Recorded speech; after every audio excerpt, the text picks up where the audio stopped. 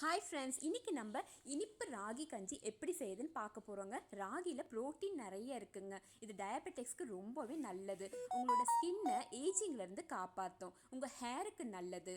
Calcium நிறைந்த ஒரு உணவு. உங்களுடைய குழந்தையோட எலும்பு வளர்ச்சிக்கு இது ரொம்பவே நல்லதுங்க.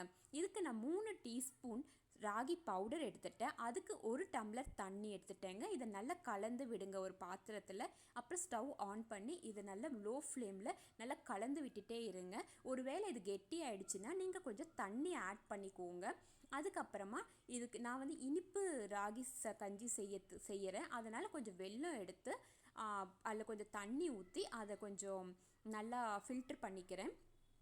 இது நல்லா கொஞ்சம் ராகி ஒரு 3/4 பதம் வெந்ததுக்கப்புறமா அந்த வெல்லத்தை நீங்கள் வந்து இதில் ஃபில்டர் பண்ணி ஊற்றிடுங்க. ஊற்றுனதுக்கப்புறமா உங்களுக்கு வந்து அந்த ராகி நல்லா வேகணுங்க. ஏன்னா குழந்தைங்க சாப்பிட்றனால அதனால் நல்லா கலந்து விடுங்க. இது வந்து உடம்புக்கு ரொம்பவே நல்லதுங்க. மறக்காமல் உங்கள் குழந்தைங்களுக்கு இந்த ராகி கஞ்சியை அவங்க டயட்டில் சேர்த்துக்கோங்க. அதுக்கப்புறமா நான் இதில் பால், நெய், நட்ஸு எதுவுமே சேர்க்கலைங்க. நீங்கள் வேணும்னா பால், நெய், நட்ஸ் எல்லாமே சேர்த்து கூட நீங்கள் இந்த ரெசிப்பியை ட்ரை பண்ணி பார்க்கலாங்க.